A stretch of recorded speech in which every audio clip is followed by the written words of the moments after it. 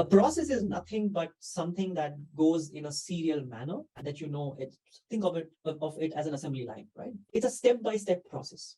Every single time you get a certain result which matures, and what you get is an output that is predictable, meaning anything that you would want with consistency, that goes through a process. If there's a place where you really love the way they make coffee, what happens is the coffee is the coffee, and the taste is what you're familiar with. That's exactly what you will get, right? All the restaurants, the chains that we talk about, they maintain the consistency because there is a process in place. So if you are looking for consistency, then yes, you got to follow the process. You got to follow the process religiously, because the moment you drop that, you're going to lose that consistency. But for our field, the field that we are in, and I'm not talking just UX per se, but I'm just talking by and large about design, which include other principles as well. People look at designers, including UX designers, to get a thought process that will cater to the problem they're solving, which means you might not necessarily have the solution with you. In fact, it'll be an irony if that's the case, because according to the so-called process, you got to understand whom you're designing it for, and so on and so forth, which means you don't know what the solution is. If that's the case, then how are we saying that there has to be a process? What it should be is an approach. So the answer to that is, if you are looking for anything novice, if you're looking for anything even close to innovation, the ingenuity, that's something which comes if you have an approach in place. An approach and process, the way I look at it is, they are not the same. Your approach has to change based on what you're dealing with. Different companies, different agencies, they talk to you, they speak about a certain problem statement, and what process you have to cater to that problem. The thing is, people have over a period of time developed multiple methodologies and multiple frameworks, right? When it comes to solving a problem for innovation, and you might not have the same expected result, then in that case, you need to see what the approach. It's not always about the output that you're preparing. Many times, actually, if you take complex projects, every single project, you have to also look at who the stakeholders are, whom you're working with. And that is a part of approach. Approach does not only mean that you create your output and have the prototypes and have your iterations and evaluations done in a certain way. No, that's definitely an important part of it. But who you're talking to, who the stakeholders, who the sponsors are, it's extremely important. In your context, if you're working at a product company, you've got your managers, you've got product owners, right? In all this hierarchy, everyone has certain expectations. So if you want to be successful, and when I say successful in terms of really giving the solution that you ideally should be, then you have to navigate through these through the design politics, if I may want to call it that way, right? So your approach has to be holistic, not just about the solution, but also about how you're navigating through these waters. All these processes you might be aware of, these frameworks, the double diamond by the Design Council, the HEART framework, all these things. I don't want to open up this box right now. The thing is that there are quite a few processes out there, roughly about, I think 42, 45, the ones that I typically have in the library. Now, these processes, each of them is catered, it caters to the unique problem that company has faced. So if you take Spotify's thoughtful execution tree, they have developed it because it makes a lot of sense in the way they are, in the way they operate. That's what I was talking about, an approach where you have to navigate. Now, similar to that, there are some organizations that who end up having these blanket processes that apply to most of the problems. Process, I feel, is to a lot of extent is also a differentiator. You look at that. So if you take a few agencies, and this is a chart that you can find it on Google. This is created by Peter Fair, but then before that, I think it was Stephanie in 2011 who had put this together. It was not this chart, but she had created a more simplified version of it. After that, Peter sort of dissected it even further. This is interesting because if you closely read what's in here, you'll see, if you take Deloitte, if you take IDEO, you take Frog, all these great companies, the way they have their processes, if you actually put them in the bucket, you'll see the terminologies change, but what they're trying to do is in a nutshell, sort of in a, in the same bucket. So if you look at, all right, there's a definition stage, there's exploration stage, one would call it as research, there's understanding and observing. Interpretation is something which interestingly is not really looked into that way. But again, we don't have to look at this chart as whether they do it or not. Just look at it in a way where it's a written process, whether you follow it or not. Ideating and prototyping, of course, as we all know, that's something which any innovator really swears at, because that's exactly where you make all the difference happen from what you've learned. So if you notice in all these things, there are commonalities, and when you go out, you would also want your agency or your practice to be known in the industry. So hence what would happen is, I mean, we at Moonraft as well, we do have a certain stages laid out, and they differ from what we have it over here. But then by and large, sure, we do definition, we do the research, we do the prototyping, all these things do happen. But what we've done is, looking at the nature of the kind of project that we do, it has been tweaked, but by and large, that's what it is. So what we're going to do right now, just to take an example, I'm going to take the most common one, the most common process. These 5 stages happen to be one of the most commonly called UX process, right? Now, why is that? Anyone typically starting off and not knowing much about design as a domain, this is a good stepping stone, right? As you can see that, in the previous one that we saw, this is something that was initially put together by D School, coming from IDEO, of course. Hence, you see IDEO speaking about this as well quite a lot. Each of the stage has certain tools within them, some certain methods within them. I feel more than the process by and large, one has to look at the methods that go within them, right? In fact, it's an irony. People look at designers so that they can produce out-of-box ideas, but we end up boxing ourselves with the process that is being laid out. And I feel that's something which designers have to step out of.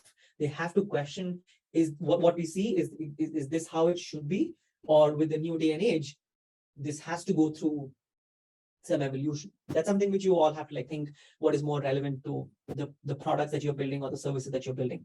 Now, let's look at some of the methods, right?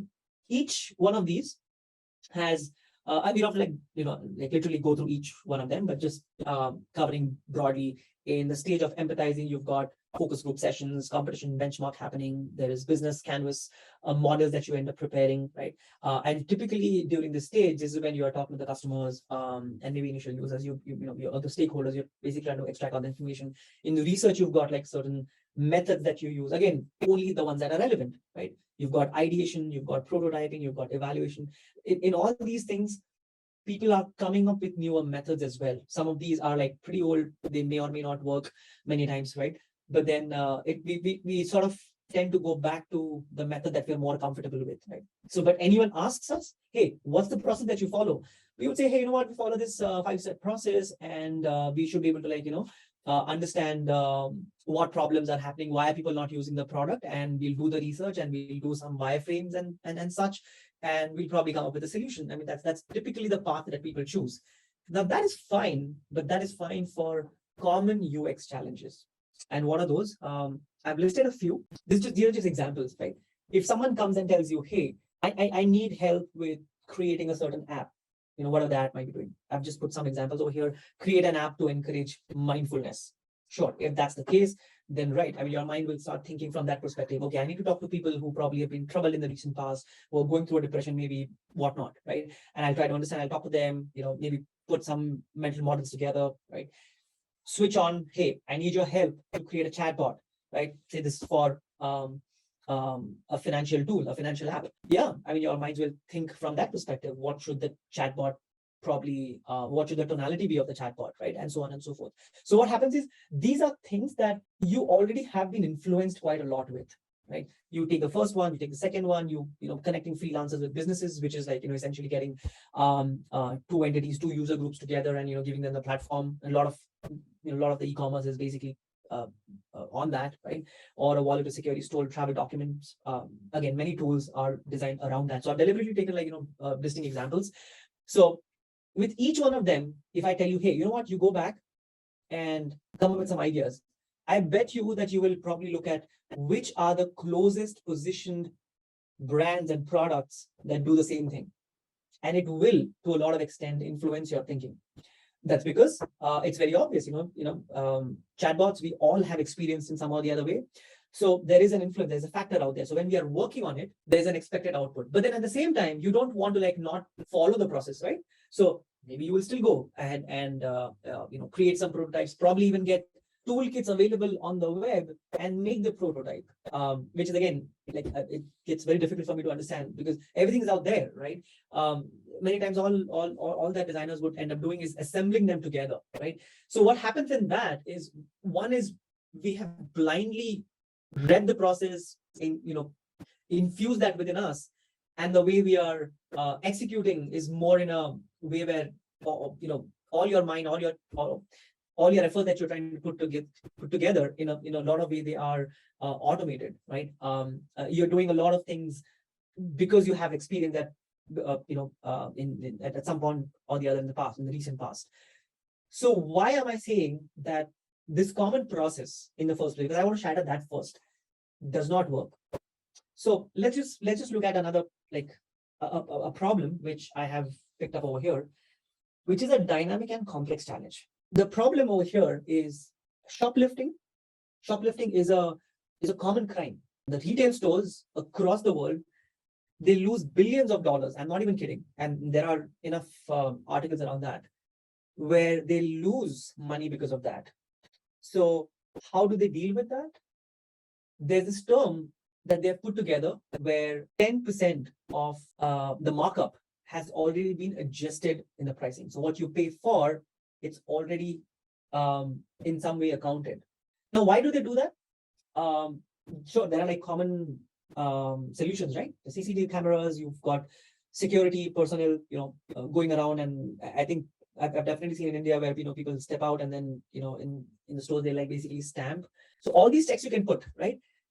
At the end, the retail, they don't want to give a bad experience. They definitely want to keep it beautiful, make it inviting for customers to come pick things without any resistance, without any friction at all, right? So when you do that, they see a legitimate sale happening, they would rather say that, we will deal with that term, but we will not, compromise on the experience because a legitimate sale is happening, right? So that's a dynamic that has to be one considered. The other side of it is more towards how do we ensure that we don't encourage people to do this crime. See, this could be someone's first crime because it's much easier. It's at a smaller scale. You're not like really hurting anyone and so on and so forth. This is a case study by DOC. It is designing out crime. Their only job is to come up with solutions where there could be potential crime happening, right? Now, in this case, you of course have to like stop that person from shoplifting. How do you do that? They could not completely solve it, but there's a way to curb it as much as possible. So what these guys did was they tried to identify which products are being picked up the most. They were cosmetics and a few small ticket items. The ones that get sold in the black market are the ones which were identified. So instead of doing it for all the products under the sun, it wouldn't make sense. So only pick the ones that are actually being picked the most, right?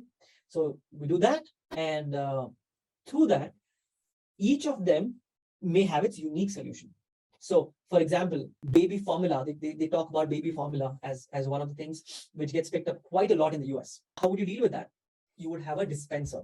The dispenser will only spit out like one can at a time. So, of course, with that, you don't have access to like so many cans coming in. But at the same time, the wheels of the dispenser would have sand, which means every time you take it out, there'll be a gentle sound, which is another nudge that comes in. But if the sound goes on for like a longer duration, you know that, hey, you know what? Something's not right. That's an alarm, right? So if you see, the thing is, one has to, of course, like go understand very much in depth how that pans out. The other thing is about the cosmetics. So one of the things that the students had actually come up with a solution was, instead of having straight access to the shelf, there would be a panel which will talk about, a tilted panel that will talk about the product information. And the moment a customer comes close to that, it'll lit up. So the moment there is light, anyone with a bad consultants will sort of think twice. Hey, is someone watching me? Is there a motion detector or whatnot? So what's really happening is you're trying to understand what might be going on in a person's mind who's out there to commit a crime. Now, you can't be like going and interviewing a criminal, right? Hey, what would you do so that we can stop you? That's not going to happen, correct? So which means how would you deal if you're not going to like talk to your end users that way? What do you do in such situations? So what I'm saying is that these are complex challenges. And like that, there are many case studies that they've spoken about, and people get hooked onto the process, the 5-step process. That's not true. To solve something like this, the processes are much more deeper. And then if you look at other problems where there is city involved, there are governments involved, it's a completely new thing. We were dealing with one of the largest insurance providers in the US. They wanted help with turning a certain percentage of their employees into gig workers, and they were like, "We need your help." So if you look at it, how like what's the problem? It's not that you're talking about building a portal, right? And you are a designer, you've been taught about solving problems. How will you solve this problem? It's not even a problem. It's a new field that someone is trying to get into, which will benefit a lot of people, get them be a gig worker, let them be independent. But then what could be the consequences of that? So you have to work with policymakers, you have to work with companies of the same domain, because what happens if one quits and goes to another company? Does that experience get counted or not? There are a lot of layers to it if you look at it, right? It's not simply about technology. Technology is there, of course, right? That's the vehicle. Whatever you're designing, whatever you're building, technology will help enable and get it out there. But then before you design, how do you take care of these notions? And the simple 5-step process, it's not going to cut it. So what you have to do then is go back to the tools. So the tools that I earlier spoke about, these are the same tools that will help you.